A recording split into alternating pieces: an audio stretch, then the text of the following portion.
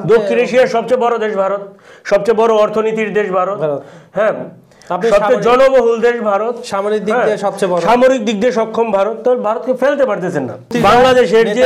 বাংলাদেশের কোন দিকটা পাকিস্তানের চেয়ে খারাপ আপনি আমাকে দেখান। ক্রিকেটে একসময় ছিল পিছনে, এখন ক্রিকেটে হারায়। মূল জিনিসটা হচ্ছে কি, যে দক্ষিণ এশিয়ায় ভারতের প্রভাব কমানো, ওটা কি পাকিস্তানের পক্ষে সম্ভব? এই জুট করে সম্ভব না। তুমি নিজের অর্থনীতি ঠিক করো, তাহলে তখন পারবে। তুমি এশিয়ার নেতৃত্বের দাবিদারকে চ্যালেঞ্জ করতে চায়, আর সার্কের বিকল্প তৈরি করবেন। সার্কের বিকল্প তৈরি করলে তো সার্কের বাকি দেশগুলোকেও আপনাকে টানতে হবে। ভারতকে যেহেতু ভারতকে বাদ দিচ্ছেন, ভারত বাদ, কিন্তু সার্কের বাকি দেশগুলোকে টানতে হইতো না? অবশ্যই। ইসাকদারের মাথায় এই কূটকৌশল। এই জোটকে কারে কারে রাখছে? পাকিস্তান নেতৃত্ব দিবে, আচ্ছা, বাংলাদেশকে রাখছে, আর হ্যাঁ ব্যাংকিং পাওয়ারে রাখছে চীনকে। মানে পাকিস্তানের নিজেরই অবস্থা, হ্যাঁ নিজে দেখেন, সে হচ্ছে নেতৃত্ব দিবে জোটের। হ্যাঁ বাংলাদেশের চেয়ে তার অর্থনীতি কি ভালো? বাংলাদেশের যে রাজনৈতিক পট পরিবর্তন হয়েছে, এতে ভারতের সাথে সম্পর্কটা কিছুটা শীতল। এই সুযোগটা হচ্ছে পাকিস্তান নিতে চায়। বাংলাদেশের সাথে জোট করে তুমি চীনের কাছ থেকে নেতৃত্ব নিবা, এই নেতৃত্ব তো আমার দরকার নাই। না, সেটাই। পৃথিবীর কোন দেশ অস্বীকার করতে পারবে না যে বাংলাদেশ একটা জিওপলিটিক্যাল খুবই গুরুত্বপূর্ণ একটা ভাইটাল অবস্থান, এবং যেটা হচ্ছে কি একটা পটেনশিয়াল রাষ্ট্র একদম সোজা। এই জোট চীন একটা জিনিস জানে, যে ভারতকে সরাসরি ঠেকানোর চেয়ে হ্যাঁ তারে চারদিক দিয়ে যদি ঘিরে ফেলানো যায়, এইটা বেটার। দাদা, আপনার বিরুদ্ধে অনেক বড় অভিযোগ। এই অভিযোগ যদি আপনি মাপি, স্কেল ছোট পড়বে, গজ ফিটা ছোট পড়বে। আমরা বিশেষ এর কিছুটা অংশ আমিও দায়ভার নিতেছি। দর্শকরা বলে, এবং আপনার বন্ধু বান্ধবরা নিশ্চয়ই বলে, যারা দেশে বাড়িতে থাকে, আমারও বলতেছে, আমার দর্শকরা বলতেছে যে আমরা আন্তর্জাতিক বিষয় নিয়ে কথা বলি। বাংলাদেশও তো আন্তর্জাতিক বিশ্বের মধ্যে পড়ে নাকি? এশিয়া, দক্ষিণ এশিয়া সব কিছু মিলে। এটা একজন বোধহয় কমেন্টও করছেন। তো আজকে আমরা একটা কাজ করি, কেমন হয় বলেন তো? এই যে বাংলাদেশ, চীন, ভারত, পাকিস্তান, শ্রীলঙ্কা, নেপাল, মালদ্বীপ থাকলো, ওরা কিছুটা রেস্ট পাক। মিয়ানমারে চিরাপটা রাখবে না, মিয়ানমার থাকবে। এইগুলো নিয়ে আসলে কি হচ্ছে, কারণ আমি এটা কেন টানতেছি আজকে, আপনাকে কেন রিকোয়েস্ট করতেছি এটা কথা বলার জন্য, কারণ হচ্ছে আমার ট্রাম্প কাকু কয়েকদিন আগে তাদের পলিসি প্রকাশ করছে সবার সামনে, বা লিক আউট হয়েছে, যেই ভাবে বলে, এটা তো গণমাধ্যমে চলে আসছে। ওটা গণমাধ্যমে আসার জন্য লিক আউট করা হয় আসলে। ওখানে কিন্তু আমরা দেখছি তার যে স্ট্র্যাটেজি, অনেক কিছু চেঞ্জ, মানে নতুন জোট, যারা শত্রু ছিল তারা কাছে আসছে, যারা বন্ধু ছিল ইউরোপ তারা দূরে যাচ্ছে। এই ধরনের খেলা কিন্তু আমাদের এই এশিয়ার মধ্যেও হচ্ছে। তা আমার প্রথম প্রশ্ন আপনার কাছে, চা খেয়েছেন তো? কেন গলা শুকাতে পারে, সেটা হচ্ছে এই যে এত সুন্দর একটা ফরম্যাট ছিল সার্ক, সাউথ এশিয়া যেটাই ছিল, সেই সার্ক কেন অকার্যকর হলো? আবার নতুন একটা জোটের আমরা আভাস পাচ্ছি। কেউ স্বীকার করুক না করুক, আমরা যারা গণমাধ্যম কর্মী, আমরা যে ধরেন আল জাজিরা বলেন, CNN বলেন, বা বড় বড় গণমাধ্যমে, এগুলো কিন্তু কখনো কখনো আসতেছে। তো মোটামুটি সব আন্তর্জাতিক গণমাধ্যমে আসে। তো কেন আবার নতুন জোট? আমি আপনাকে একটা ক্ষেপণাস্ত্র শুনলাম, এখন আপনি প্যাট্রিয়ট ব্যবহার করবেন না কি ব্যবহার করবেন, দ্যাটস আপ টু ইউ। সার্কের সদস্য রাষ্ট্রগুলোর যে দ্বিপাক্ষিক বিরোধ, এখন আপনার রাষ্ট্র থাকলে দ্বিপাক্ষিক, নিঃসন্দেহে হ্যাঁ সার্কের ফাউন্ডার কে এটা তো জানেন, জিয়া রহমান। নিঃসন্দেহে সাবেক প্রেসিডেন্ট, সার্ক যতটুকু আমরা আশা করেছিলাম তার চেয়ে অনেক ভালো অবদান রাখতে পারতো দক্ষিণ এশিয়ায়। আপনার যদি ক্যাপাবিলিটি থাকে, হ্যাঁ আপনার যদি হেলিকপ্টার থাকে, হ্যাঁ আপনি পাহাড়ে গরু গাড়ি উঠবেন কেন? তাহলে আপনি গরুর গাড়ি ব্যবহার করবেন রাইট দূরে যাওয়ার জন্য না? তো বাণিজ্যের ক্ষেত্রে কেন জোটগুলা তৈরি করা হয়, এটাও একটা বিষয়। এর সবচেয়ে বড় কারণ কি, যাতে হ্যাঁ এই যে ইয়েগুলো হয়, বাণিজ্যের করলে যেটা হয় যে একটু সুবিধা পাওয়া যায়, যাতে দ্বিপাক্ষিক বাণিজ্যের ক্ষেত্রে যাতে সুবিধা পাওয়া যায়, তাই তো।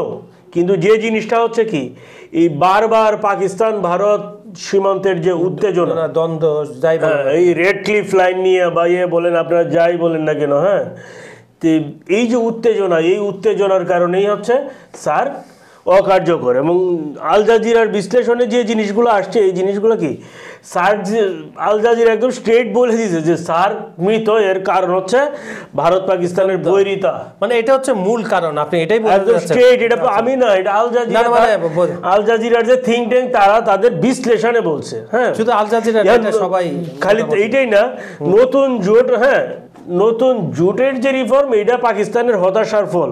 এইখানে আরেকটা বিষয় আছে যে পাকিস্তান কেন আসলে হঠাৎ করে এই নতুন জোট করতে চায়, তাই তো?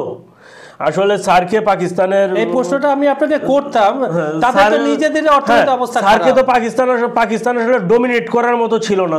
না, কারণ হচ্ছে কি, দক্ষিণ এশিয়ায় যে রাজনীতি, দক্ষিণ এশিয়ার রাজনীতি হচ্ছে ভারত কেন্দ্রিক। আপনি যাই বলেন, ভারতকে রাখতেই হবে। হ্যাঁ, আপনি ফেলতে পারবেন না, ভারতকে রাখতে হবে।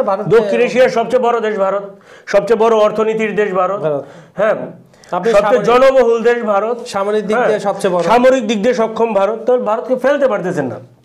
এই কারণে যেটা হচ্ছে কি, নেতৃত্বের দাবিদার ভারত, এই জিনিসটাই হচ্ছে পাকিস্তান মানতে চায় না। পাকিস্তান যেহেতু মানতে চায় না, এই জিনিসটাকে চ্যালেঞ্জ করার জন্যেই পাকিস্তানের যে উপপ্রধানমন্ত্রী এবং পররাষ্ট্রমন্ত্রী ইসাকদারের মাথায় এই কূটকৌশল, নতুন জোটের কূটকৌশল। কেন কূটকৌশল বললাম, যে বাংলাদেশের যে এই জোটকে কারে রাখছে, একটা হচ্ছে পাকিস্তান নেতৃত্ব দিবে, আচ্ছা, বাংলাদেশকে রাখছে, আর হ্যাঁ ব্যাংকিং পাওয়ারে রাখছে চীনকে। মানে পাকিস্তানের নিজেরই অবস্থা, হ্যাঁ নিজে দেখেন, সে হচ্ছে নেতৃত্ব দিবে জোটের। হ্যাঁ, বাংলাদেশের চেয়ে তার অর্থনীতি কি ভালো? অনেক তলানিতে, আমাদের জিডিপি অনেক ভালো। এবং পাকিস্তানের মন্ত্রী, বাংলাদেশের কোন দিকটা পাকিস্তানের চেয়ে খারাপ আপনি আমাকে দেখান। ক্রিকেটে একসময় ছিল পিছনে, এখন ক্রিকেটে হারায়। মূল জিনিসটা হচ্ছে কি, যে দক্ষিণ এশিয়ায় ভারতের প্রভাব কমানো, ওটা কি পাকিস্তানের পক্ষে সম্ভব? এই জোট করে সম্ভব না। তুমি নিজের অর্থনীতি ঠিক করো, তাহলে তখন পারবে। তুমি এশিয়ার নেতৃত্বের দাবিদারকে চ্যালেঞ্জ করতে চায়, আর সার্কের বিকল্প তৈরি করবেন। সার্কের বিকল্প তৈরি করলে তো সার্কের বাকি দেশগুলোকেও আপনাকে টানতে হবে। ভারতকে, যেহেতু ভারতকে বাদ দিয়েছেন, ভারত বাদ, কিন্তু সার্কের বাকি দেশগুলোকে টানতে হইতো না? অবশ্যই। তাহলে আপনি শুধু বাংলাদেশকে কেন টানলেন? ভুটান, আপনি শুধু বাংলাদেশকে কেন টানলেন? কেন গুরুত্বপূর্ণ বাংলাদেশ? বাংলাদেশের অর্থনীতি ভালো, বাংলাদেশের রাইজিং অর্থনীতি ভালো, রাইজিং অর্থনীতি, এবং মনে করেন যে সোশ্যাল ডেভেলপমেন্ট ভালো। হ্যাঁ, এখন যে সুযোগটা নিতে যাচ্ছে সেটা হচ্ছে বাংলাদেশের যে রাজনৈতিক পট পরিবর্তন হয়েছে, এতে ভারতের সাথে সম্পর্কটা কিছুটা শীতল, এই সুযোগটা হচ্ছে পাকিস্তান নিতে চায়। এখন যেটা হচ্ছে, হ্যাঁ এতে হচ্ছে কি, যে চীনের ছাতার নিচে চলে গেল পাকিস্তান, হচ্ছে বাংলাদেশকে নিয়ে চীনের ছাতার নিচে। হ্যাঁ, এই জোটে যখন পাকিস্তান নেতৃত্ব দিবে, তখন কিন্তু চীনের কাছ থেকে তার ঋণ নিতে আর একটু সুবিধা হবে। আবেদন জানিয়ে রাখছে, যখন জোট বাংলাদেশের সাথে জোট করে তুমি চীনের কাছ থেকে নেতৃত্ব নিবা, এই জোটের তো আমার দরকার নাই না। সেটাই এখন। হ্যাঁ, যেটা হচ্ছে কি, এই ব্যাংকিং পাওয়ারে এই যে আঞ্চলিক কৌশল চীন পাকিস্তান সাজাইতে চায়, পাকিস্তান কি এটা বিবেচনা করছে যে তারে নিয়ে সে যুক্তরাষ্ট্রে যাবার গুটিতে পরিণত হয়েছে? কারণ যে জোটের চীনের ভূমিকাটা কেমন হবে একটু বলবেন না? দেখেন, এখন যেটা হচ্ছে কি, যে চীনের ভূমিকা, চীন হচ্ছে কি একদম নীরব। এটা নিয়ে চীন নীরব। চীন একটা জিনিস জানে, যে ভারতকে সরাসরি ঠেকানোর চেয়ে, হ্যাঁ তারে চারদিক দিয়ে যদি ঘিরে ফেলানো যায়, এইটা বেটার। অর্থনৈতিক ভাবে যদি আপনি ধরেন, অর্থনৈতিক ভাবে না, এটা হচ্ছে কৌশল, হ্যাঁ এটা হচ্ছে ভূরাজনৈতিক যে টেরিটরি প্রভাব। তাহলে কি হবে, যে তার বেল্ট এন্ড রোড ইনিশিয়েটিভ করতে যাচ্ছে, এইখানে হচ্ছে যে যুক্তরাষ্ট্রের যে আপনার ইন্দো প্যাসিফিক স্ট্র্যাটেজি আছে, এইটা ইজিলি মাইর খাবে। হ্যাঁ, তো যুক্তরাষ্ট্র কি বোকা? $817 বিলিয়ন অলরেডি তারা বাজেট খরচ করে রোড ইনিশিয়েটিভের জন্য। এইখানে পাকিস্তানের এই গুটিতে ওরা ওদের এই টাকা দেবে, পাকিস্তানের আগে ওই টাকাটা গন, তারপরে তুই আয়, তোরে বাকিটা দেখতেছি আমি। মূলত পাকিস্তান প্রমাণ করতে ভারত বিরোধী ভারসাম্যের কূটনীতি একটা তৈরি করতে, যদি করতে হয় দক্ষিণ এশিয়ার বাকি দেশগুলোকেও এটাকে ইনভলভ করতে হবে, শুধু বাংলাদেশ না। কারণ হ্যাঁ, এখন যেটা চীন কি চায়, চীন স্বার্থ ছাড়া চীন যে জায়গায় যায়, চীনের মূল কথা একটা, সেটা কি? টাকা, বাণিজ্য। 10 টাকা দিয়ে 100 টাকা কিভাবে আপনার পকেট থেকে নিয়ে আসবে, এটা চীনের একদম সোজা হিসাব, একদমই স্ট্রেট হিসাব, যে এইটাই চীন চায়। এবং হ্যাঁ, এর জন্যই চীন হচ্ছে। আচ্ছা, আমার একটা কোশ্চেন আপনার কাছে আছে, আমি কি ইন্টারাকশনটা নিয়ে বলবো না আগে দিয়ে রাখবো, তাহলে আপনার প্রস্তুতি নিতে ভালো। সেটা হচ্ছে এসসিও সম্মেলনে দেখলাম চীনের হাত, আপনার হাতটা দেন, ধরেন আপনি শি জিনপিং আর আমি হচ্ছে মোদি, অত্যন্ত সুন্দর। তারপর রাশিয়ার উপর থেকে এভাবে দিল, তাহলে পাকিস্তান দূর থেকে এভাবে দেখলো। আমরা অনেক ধরনের ভিডিও ফুটেজ এবং ছবি দেখছি। তারপরে এই ঘটনাগুলো কেন ঘটছে, এটা কি জিও পলিটিক্সের মজা? আপনি বলবেন। সুপ্রিয় দর্শক, বিশ্ব সংযোগে আপনাদের স্বাগতম। কেমন আছেন আপনারা? ভালো আছেন তো? আমরাও ভালো আছি। আজকে একটু অন্যরকম বলতে কি, আমরা বাংলাদেশ, চীন, ভারত, পাকিস্তান, এই যে জোটের খেলা, এই জোট নিয়ে আপনাদেরই চাহিদা, আপনারা জানতে চেয়েছেন, তাই আমরা চলে এসেছি আপনাদের সামনে। আপনার সঙ্গে রয়েছে আমি কাজল হায়দার, আর আমার সঙ্গে রয়েছেন সিনিয়র সাংবাদিক বিশ্বজিৎ দত্ত ভৌমিক।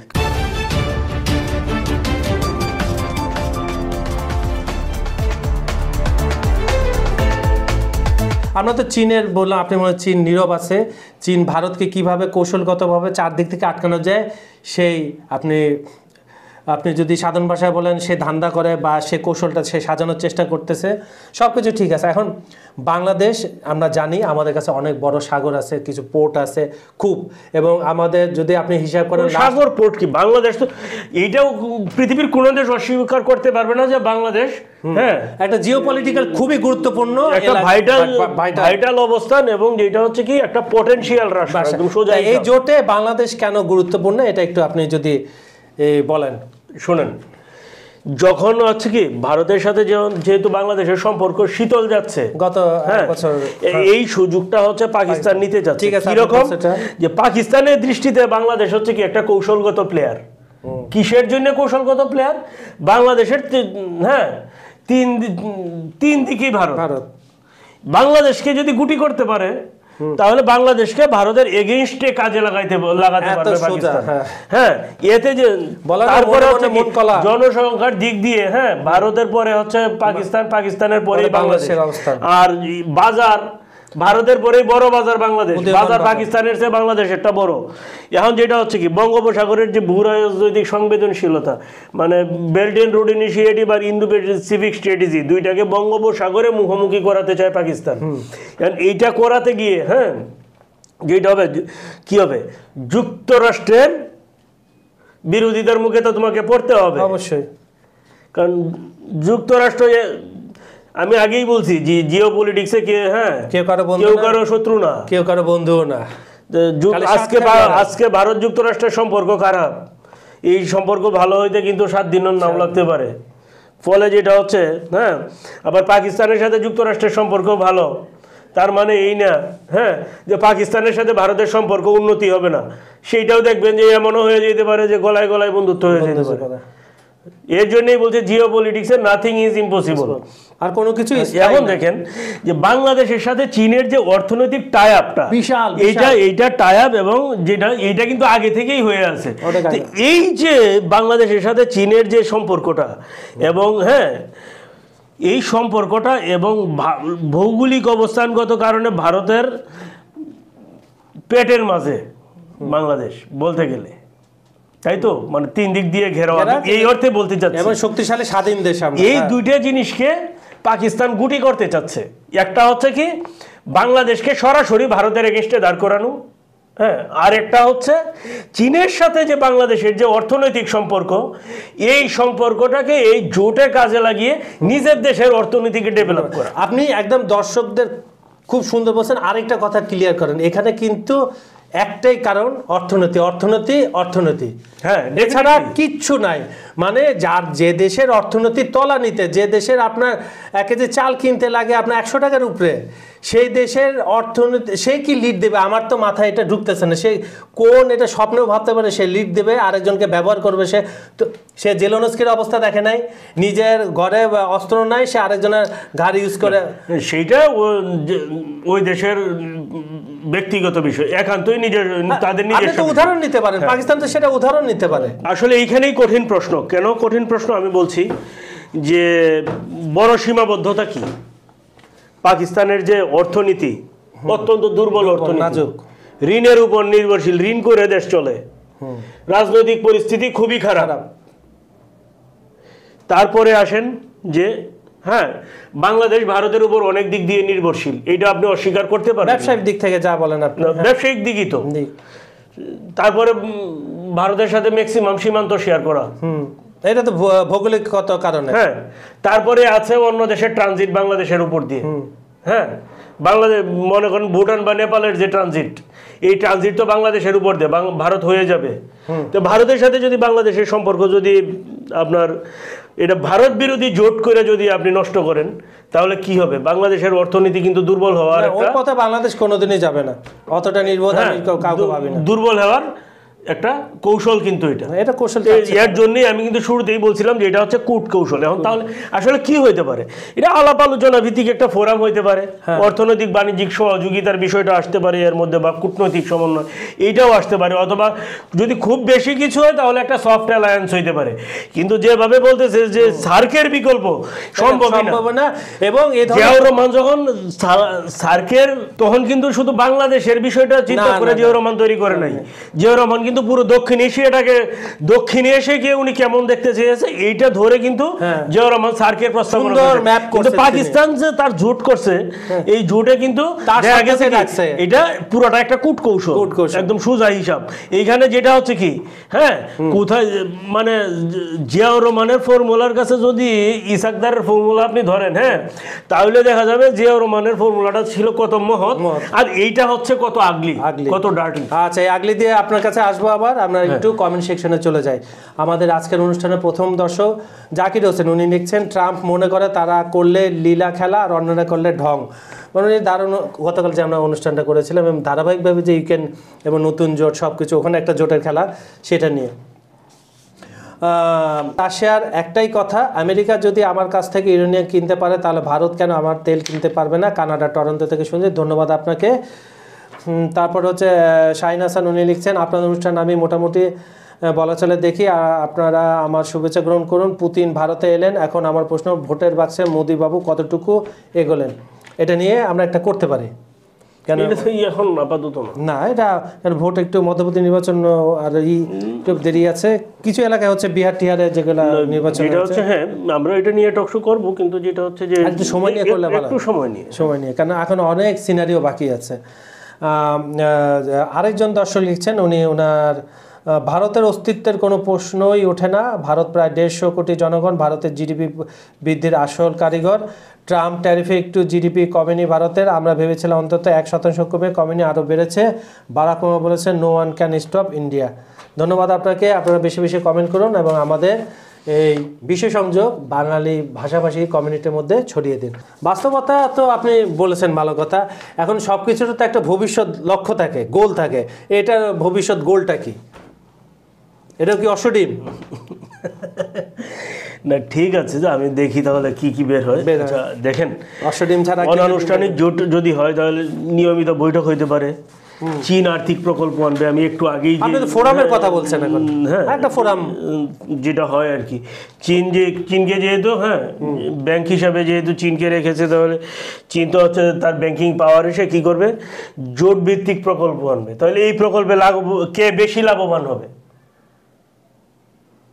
কে বেশি লাভবান হবে আমি আপনার কাছে জানতে চাচ্ছি। পাকিস্তান হবে। হ্যাঁ, তাহলে কি হবে? বাংলাদেশের ভারসাম্যকে সুরক্ষা হবে না? কখন বাংলাদেশের যে কূটনৈতিক ভারসাম্য সেটা কি সুরক্ষা হবে? এক পেশে হয়ে যেতে সম্ভাবনা থাকে। ভারত কি বাংলাদেশকে ছাড়বে? মানে কি বাণিজ্যতে যেহেতু আবার পুরোপুরি পাশেও তো থাকবে না, কিন্তু যে জিনিসটা হবে কি, হ্যাঁ যেমন পাকিস্তান যদি এটা 71-এর ঝাল মিটাইতে আসে, হ্যাঁ তা বাংলাদেশ যদি বোকা হয় তাহলে এই ট্র্যাপে পা দেবে, কখনোই ট্র্যাপে পা দেবে না। এটা এখন যেটা হচ্ছে কি, এতে যে জিনিসটা হচ্ছে কি, ফলে আমাদের কি এখন কোনো শক্তির ব্লকে না যাওয়াটাই হবে সবচেয়ে বুদ্ধিমানের কাজ, এবং অগ্রাধিকার দিতে হবে কি জাতীয় স্বার্থকে। কিরকম? জ্বালানি, খাদ্য নিরাপত্তা, রপ্তানি, কর্মসংস্থান, এই বিষয়গুলোকে আমাদের জোর দিতে হবে, একদম সামনে নিয়ে আসতে হবে। যদি বাস্তববাদী কূটনীতিক যদি না হয়, তাহলে কিন্তু এই আদর্শ ধুয়ে আপনি কত পানি খাবেন? কিন্তু আমরা তো আপনার প্রয়োজন মেপে আপনাকে সিদ্ধান্ত নিতে হবে।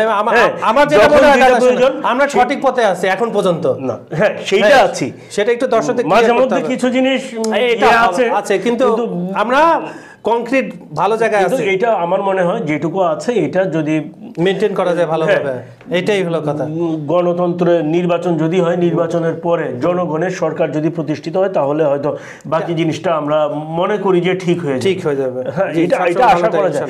কিন্তু আঞ্চলিক স্থিতিশীলতা রক্ষায় প্রতিবেশী, সেটা ভারত হোক, মিয়ানমার হোক, আর যেই হোক, হোয়াট এভার, তার সাথে আপাতত বিরোধে না জড়ানোই হবে বুদ্ধিমানের কাজ। আমরা এখন পর্যন্ত বিরোধে জড়াইনি, এটা এবং কোনো ধরনের কোনো উত্তেজনা সৃষ্টি করা যাবে না, সেটা মুরগির গলা হোক আর যাই হোক। আমাদেরকে এখন পাওয়ার গেইন করতে হবে। আমি যদি কারো বিষয়ে বিরুদ্ধে মুভ করতে চাই, আমাকে তো পাওয়ার গেইন করতে হবে। সো আমাদের সেই স্টেবিলিটির দরকার, যে স্টেবিলিটিটাই আমরা আমাদের পাওয়ারকে গেইন করব। এর জন্যই আমি বলছি যে আমাদের স্ট্র্যাটেজিক নিউট্রালিটিটা খুবই গুরুত্বপূর্ণ। এটার প্রমাণ কিন্তু দিছে ইউক্রেন রাশিয়া যুদ্ধে বাংলাদেশ কোনো পক্ষ নেয়নি, খুব সুন্দর একটা উদাহরণ সৃষ্টি করেছে। আমি একদম একটা জিনিস বলেন, ভারত নিতে বলেন। ভারত, যুক্তরাষ্ট্র, রাশিয়া, চীন, হ্যাঁ, এদের সাথে আমাদের নীতিগুলো কেমন হবে বা কেমন হওয়া উচিত আমি মনে করি। ভারতের সঙ্গে এখন দরকার হচ্ছে উচ্চ পর্যায়ের সংলাপ।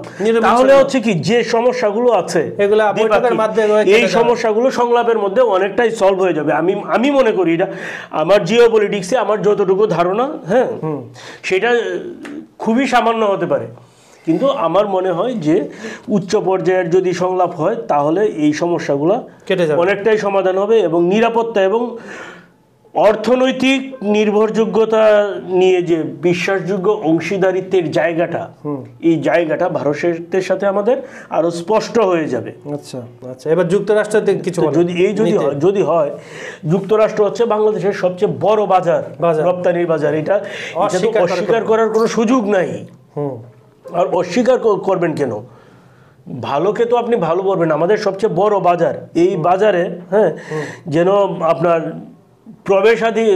বাংলাদেশি পণ্য প্রবেশাধিকার অগ্রাধিকার পায়, সেই ব্যবস্থাটা কিভাবে করা যায়, সেইটার জন্য যুক্তরাষ্ট্রের সাথে নিরবিচ্ছিন্নভাবে যেমন কাজ করা উচিত, একইভাবে হ্যাঁ যে মানবাধিকার ইস্যুতে সংলাপ বা সংঘাত, এই জিনিসগুলা, কিংবা বাংলাদেশকে যুক্তরাষ্ট্র, চীন, রাশিয়ার কোনো অংশে যে যাবে না, এই জায়গাটা নিউট্রালাইজেশনের জায়গাটা, এই জায়গাটা নিরপেক্ষ জায়গায় বাংলাদেশ স্পষ্ট করা, হ্যাঁ, এবং প্রতিরক্ষা নিরাপত্তার সহযোগিতা যেগুলো, এইগুলার ক্ষেত্রে ট্রান্সপারেন্ট নিয়ে আসা, হ্যাঁ, যে আপনার যখনই দেখবেন যে আপনার প্রত্যেকটা বিষয়ে ট্রান্সপারেন্সি আসছে, হ্যাঁ, তখনই দেখবেন দুর্নীতি কমে আসবে, অভিযোগ কমে আসবে।